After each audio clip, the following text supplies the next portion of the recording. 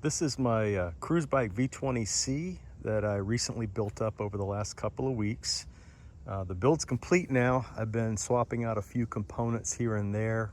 So I'm just going to go over the components that I have in it as what I consider the final build. Okay, so up front with the drivetrain, it's a SRAM Red Axis ETAP Explore 1x12 drivetrain. The 1x12 was on clearance for half price, so it was a great deal for me for this because SRAM's come out with a new 1x13.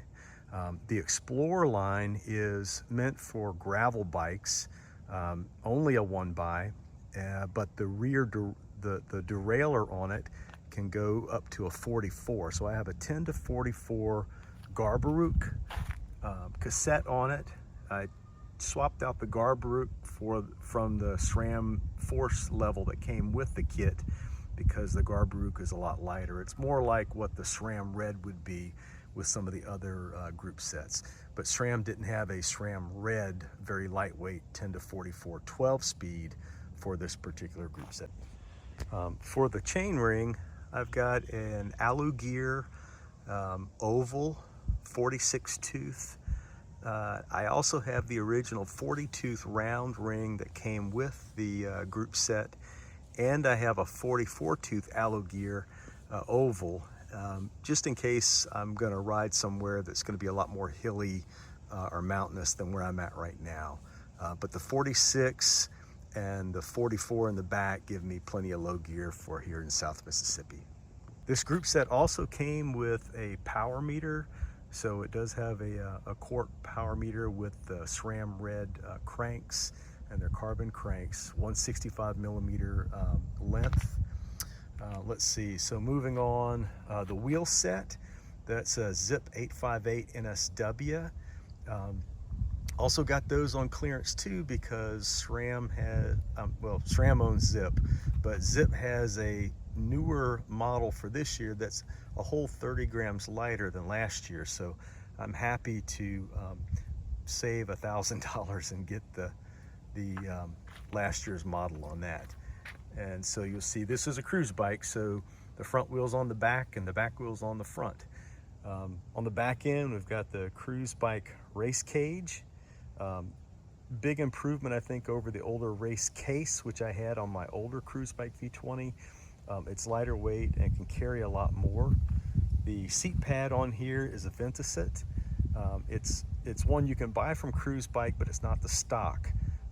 The Ventasit is stiffer, breathes more air, so it's not as soft as some people might like, but it does ventilate better, and to me it just feels better, especially on long like 24-hour ultra cycling rides. Now I've also got the Cruise Bike Moose Pack up underneath.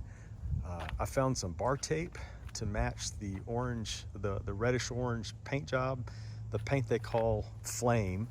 And you see I also have the curb slider on it now, thanks to my good friend Dominic, who had it but decided not to use it on his. He's much taller than me. So these are the Salsa wood chipper handlebars. The bars that come with the cruise bike V20, and I think also the S40, the V20c and the S40, are the same thing as the wood chipper, except they're 48, I think 48 centimeters wide. The 48 centimeters, I don't know if it's actually made by Salsa, but it's basically a copy of the wood chipper if it's not made by them.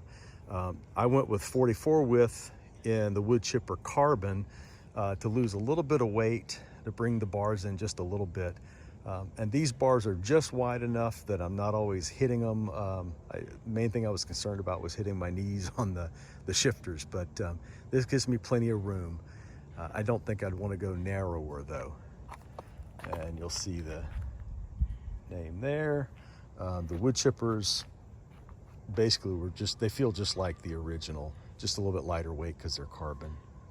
So let's see, going over to this side, I think that's all of the components. Nice thing about the group set is that it did come with all of the hoses and the brakes and everything. Everything was pre-filled with fluid.